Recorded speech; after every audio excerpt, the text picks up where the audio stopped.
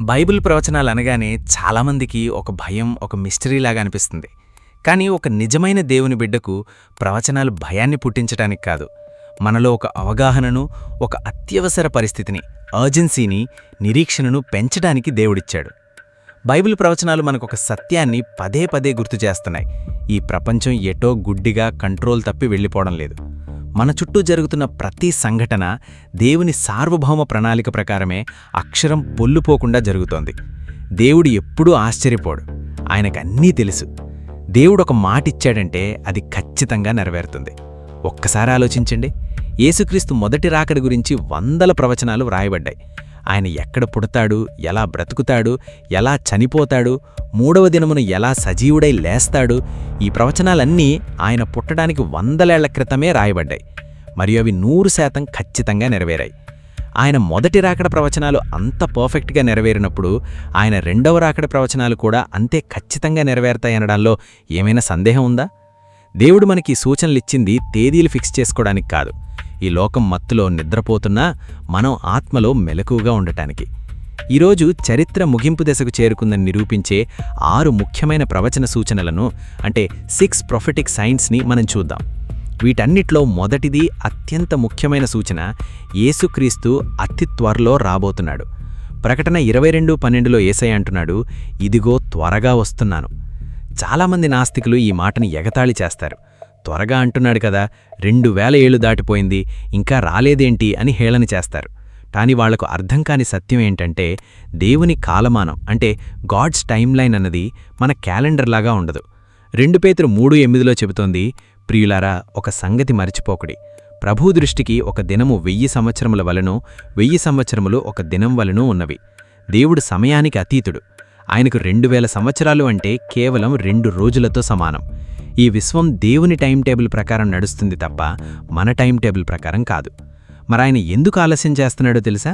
అదే బైబిల్లో వ్రాయబడింది. కొందరు ఆలస్యమని ఎంచుకొనున్నట్లు ప్రభువు తన వాగ్దానమును గూర్చి ఆలస్యం చేయువాడు కాడుగాని, ఎవడూ నశింపవలనని ఇచ్చయింపక అందరూ మారుమనసు పొందవలనని కోరుచూ మీ ఎడల దీర్ఘశాంతం గలవాడై ఉన్నాడు. ఒక్కసారి ఆలోచించండి, యేసుక్రీస్తు 10 ఏళ్ల క్రితం వచ్చి ఉంటే మీ పరిస్థితేంటి? మీరు పరలోకంలో ఉంటారా, నరకంలోనా?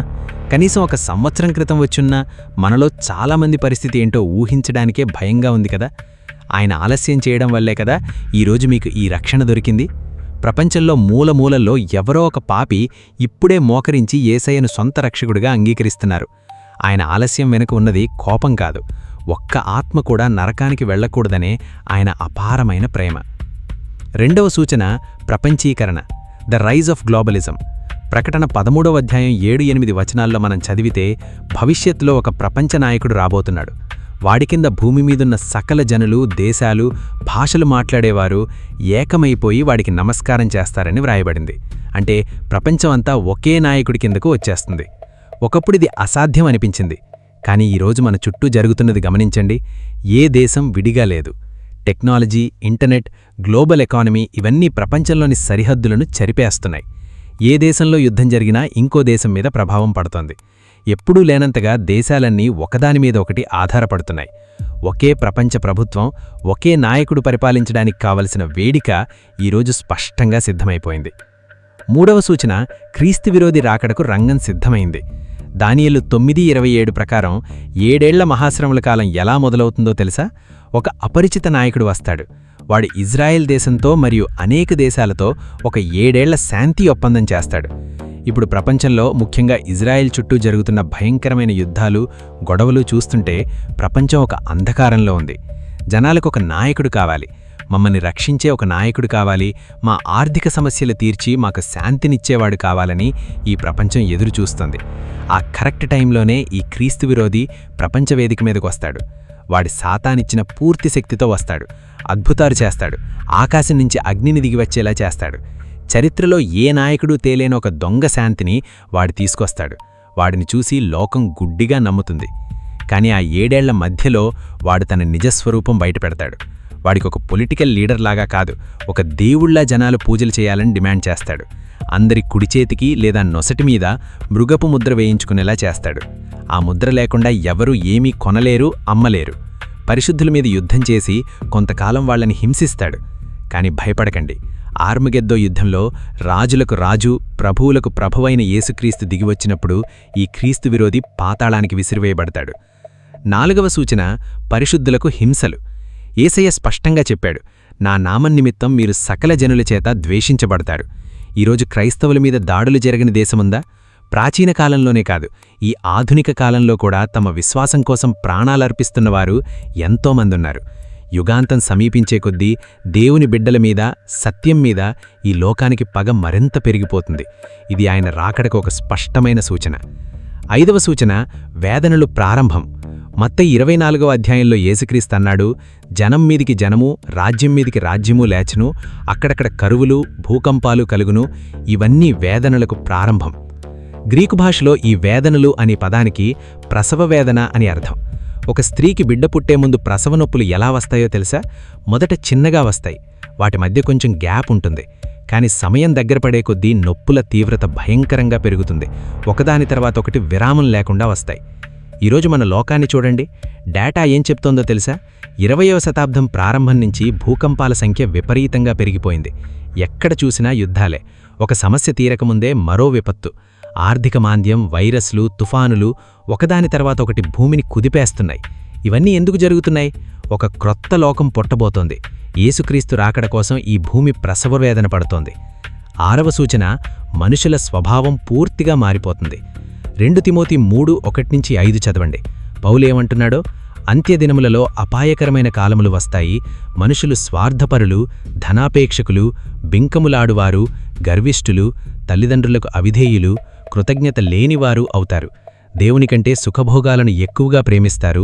పైకి భక్తిగలవారిగా ఉంటారు, కాని దాని శక్తిని ఆశ్రయించరు. ఎంత ఖచ్చితమైన మాటలు కదా! ఈరోజు మన సమాజం అచ్చం ఇలాగే తయారైంది కదా! స్వార్థం పెరిగిపోయి ఎదుటివారి మీద జాలి చచ్చిపోయింది. చెడును మంచని, మంచిని చెడు అని పిలిచే రోజులు వచ్చాయి. పాపం వల్ల వచ్చే ఆ క్షణిక సుఖం కోసం నిత్య జీవాన్ని వదులుకుంటున్నారు. దేవుడు ఉన్నాడని తెలిసినా కూడా పాపం మీదున్న ప్రేమ వల్ల దేవునికి దూరంగా పారిపోతున్నారు. వీటన్నిటితో పాటు ఒక ఆకాశంలో ఒక గొప్ప సూచన, రక్తవర్ణపు చంద్రుడు. ఆ రోజు రాత్రి బ్లడ్ మూన్ వచ్చినప్పుడు ప్రపంచవ్యాప్తంగా లక్షలాది మంది తమ ఇళ్లల్లోంచి బయటకు వచ్చి ఆకాశం వైపు చూశారు. సైంటిస్టులు టీవీల్లో కూర్చుని ఇది కేవలం ఒక గ్రహణం, భూమి నీడ చంద్రుడి మీద పడ్డం వల్లే ఆ ఎరుపు రంగు వచ్చింది అని చెప్పారు. అవును, శాస్త్రీయంగా అది 100% నిజమే. కాని ఆ సమయంలో దాన్ని చూస్తున్న ప్రతి మనిషి గుండెలో తెలియనొక కదలిక ఉంది. దేవుణ్ణి నమ్మని నాస్తికులు సైతం దాన్ని చూసి లోపలెక్కడో ఒక తెలియని భయానికి గురయ్యారు. ఇది కేవలం ఒక అందమైన గ్రహణం కాదు, ఏదో జరగబోతోంది అని వాళ్ల అంతరాత్మ వాళ్లకు చెప్పింది. బైబిల్ మొదటి పేజీ ఆదికాండం 1:14లో దేవుడేమన్నాడు? ఆకాశమందు జ్యోతులు కలుగునుగాక, అవి సూచనలను, కాలములను తెలుపుటకు ఉండును. సూర్యచంద్రులు కేవలం వెలిగివ్వడానికి మాత్రమే కాదు, అవి దేవుని టైం కీపర్స్, అవి ఆయన సూచనలు. యెహోవా భయంకరమైన ఆ మహాదినము రాకమునుపు సూర్యుడు చీకటిగాను, చంద్రుడు రక్తముగాను మారును. ఇదే మాటను అపోస్తలుడైన పేతురు కూడా అపోస్తలుల కార్యాలు 2:20లో మళ్లీ గుర్తు చేశాడు. ఇక్కడ మనం ఒక కీలకమైన విషయం అర్థం చేసుకోవాలి. ఆ రక్తవర్ణపు చంద్రుడు లేదా ఆకాశంలో కనిపించే సూచనలు అవే అసలైన వినాశనం కాదు. అవి కేవలం ఒక వార్నింగ్ బెల్. తుఫాను వచ్చే ముందు ఉరుము ఎలా శబ్దం చేస్తుందో, దేవుని తీర్పు వచ్చే ముందు ఆకాశం ఒక వార్నింగ్ ఇస్తోంది. ఆకాశంలో ఈ సూచనలు కనబడిన వెంటనే భూమి మీద జనాలకు భయము, శ్రమలు మొదలవుతాయని లూకా 21:25 చెబుతోంది. ఆకాశం ఇస్తున్న ఈ అలారం విని కూడా ఈ లోకం ఇంకా నిద్రపోతోంది. ఈ గందరగోళం, భయం మధ్యలో ఈ లోకం ఒక మాయలో పడి క్రీస్తు విరోధి కోసం ఎదురుచూస్తూ ఉంటుంది. కాని వాటన్నిటికంటే ముందు ఒక అద్భుతం జరగబోతోంది. దేవుని బిడ్డల కోసం ఆకాశం చీల్చబడుతుంది. 1 తెస్సలోనీయులకు 4:16-17 చదవండి. ఆర్భాటంతోనూ, ప్రధానదూత శబ్దంతోనూ, దేవుని బూరతోనూ ప్రభువు స్వయంగా పరలోకం నుండి దిగివచ్చును. క్రీస్తునందుండి మృతులైన వారు మొదట లేతురు, ఆ మీదట సజీవులమై నిలిచియుండు మనము ప్రభువుని ఎదుర్కొనుటకు మేఘాల మీద కొనిపోబడతాము. ఒక్కసారి ఊహించండి, అకస్మాత్తుగా క్షణకాలంలో లక్షలాది మంది దేవుని బిడ్డలు మాయమైపోతారు. పైలట్లు లేని విమానాలు, డ్రైవర్లు లేని కార్లు, తమ కళ్ళెదుటనే మాయమైపోయిన తమ పిల్లల కోసం వెతికే తల్లులు. ఈ లోకానికి ఏం జరిగిందో, ఈ ప్రశ్నలకు సమాధానం ఏంటో అర్థం కాక గుండెలు బాదుకుంటారు. నా ప్రియ స్నేహితులారా, ఆకాశంలో బ్లడ్ మూన్ చూసి ఫోటోలు తీసుకుని ఆశ్చర్యపోవడం ముఖ్యం కాదు. అసలు ప్రశ్న ఏంటంటే, ఆ తర్వాత జరగబోయేదానికి, దేవుని రాకడకు నువ్వు సిద్ధంగా ఉన్నావా? యేసు చెప్పాడు, ఇవి జరగడం ప్రారంభించినప్పుడు ఈ లోకం భయపడుతుంది. కాని మీరు భయపడకండి, తలలు పైకెత్తి ఆకాశం వైపు చూడండి. మీ విమోచన సమీపిస్తోంది. నువ్వు దేవుని వైపు తల పైకెత్తి చూసే ధైర్యంతో ఉన్నావా? క్రీస్తు రక్తంలో నీకు రక్షణ ఉందా? నీ ఆత్మ దేవుని చేతిలో భద్రంగా ఉందా? ఈ రేపు అనేది నీది కాదు. ఈరోజే నిర్ణయం తీసుకో. దేవుడు మిమ్మల్ని దీవించి తన రాకడకు సిద్ధపరచునుగాక. God bless you. నమ్ము యేసు తోడుగా నడుచుచున్నాడు, ప్రేమతో నిన్ను హత్తుకొనుచున్నాడు. కలల తీరం ప్రేమ భవనం అదిగో నీ కోసం సిద్ధమవుతోంది. జడియక ఈ భారము మోయక నీ సిలువను వదలకుమా, ఆయనతో యుగ యుగాలు జీవించా గమ్యం చేరుకోనవా. నమ్ము యేసు తోడుగా నడుచుచున్నాడు, ప్రేమతో నిన్ను హత్తుకొనుచున్నాడు. కలల తీరం ప్రేమ భవనం అదిగో నీ కోసం సిద్ధమవుతోంది. జడియక ఈ భారము మోయక నీ సిలువను వదలకుమా, ఆయనతో యుగ యుగాలు జీవించా గమ్యం చేరుకోనవా.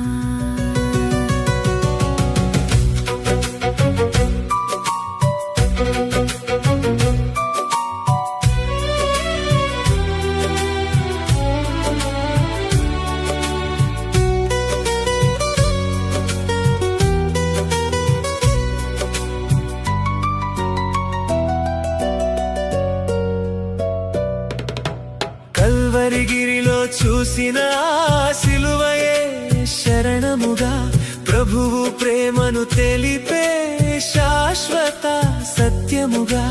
పాపపు భారము వీడిపోను, హృదయపు గాయము మాసిపోను. జాలిగా నిన్ను కరుణించి ప్రభువు తన ప్రేమను చూపును. ఆ ప్రేమలోన కరిగిపోయి నేడు నీవు నిలబడవా. కల్వరిగిరిలో చూసిన సిలువయే శరణముగా, ప్రభువు ప్రేమను తెలిపే శాశ్వత సత్యముగా. పాపపు భారము వీడిపోను, హృదయపు గాయము మాసిపోను. జాలిగా నిన్ను కరుణించి ప్రభువు తన ప్రేమను చూపును. ఆ ప్రేమలోన కరిగిపోయి నేడు నీవు నిలబడవా. నమ్ము యేసు తోడుగా నడుచుచున్నాడు, ప్రేమతో నిన్ను హత్తుకొనుచున్నాడు. కలల తీరం ప్రేమ భవనం అదిగో నీ కోసం సిద్ధమవుతోంది. జడియక ఈ భారము మోయక నీ సిలువను వదలకుమా, ఆయనతో యుగ యుగాలు జీవించా గమ్యం చేరుకోనవా.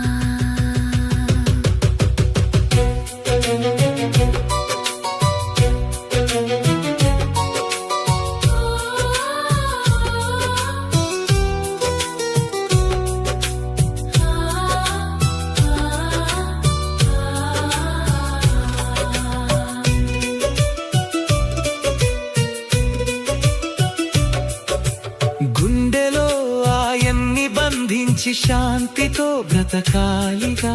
లోకపు ఆశలు వదిలేందుకు ఆత్మతో నిండాలిగా. ఒంటరివైనా భయపడకు, ఆశల దీపం మారదులే, తోడుగా ప్రభువే ఉండును. వాగ్దానం స్థిరమై ఉండును, నమ్మిన వారికి దేవుడు ఆత్మలో నెమ్మదిచ్చును. గుండెలో ఆయన్ని బంధించి శాంతితో బ్రతకాలిగా. లోకపు ఆశలు వదిలేందుకు ఆత్మతో నిండాలిగా. ఒంటరివైనా భయపడకు, ఆశల దీపం మారదులే, తోడుగా ప్రభువే ఉండును. వాగ్దానం స్థిరమై ఉండును, నమ్మిన వారికి దేవుడు ఆత్మలో నెమ్మదిచ్చును. దేవుని పిలుపు పరలోకం నుండి వినిపించును. నీటి ఊటలు పారేటి దేశం నీ కోసం దారి చూచును. అక్కడ ఏడుపు లేదు, వేదన లేదు, ఒంటరితనం అసలేముండదు. ప్రభువే కన్న తండ్రిగా నిన్ను లాలించును. ఆయన ఒడిలో పవళించి నిత్యం విశ్రమింతువు. అది ఎంతటి మధుర క్షణము. ఇప్పుడే సిద్ధపడవా. నమ్ము యేసు తోడుగా నడుచుచున్నాడు. ప్రేమతో నిన్ను హత్తుకొనుచున్నాడు. కలల తీరం ప్రేమ భవనం అదిగో నీ కోసం సిద్ధమవుతోంది జడియక. ఈ భారము మోయక నీ సిలువను వదలకుమా. ఆయనతో యుగ యుగాలు జీవించా. గమ్యం చేరుకోనవా.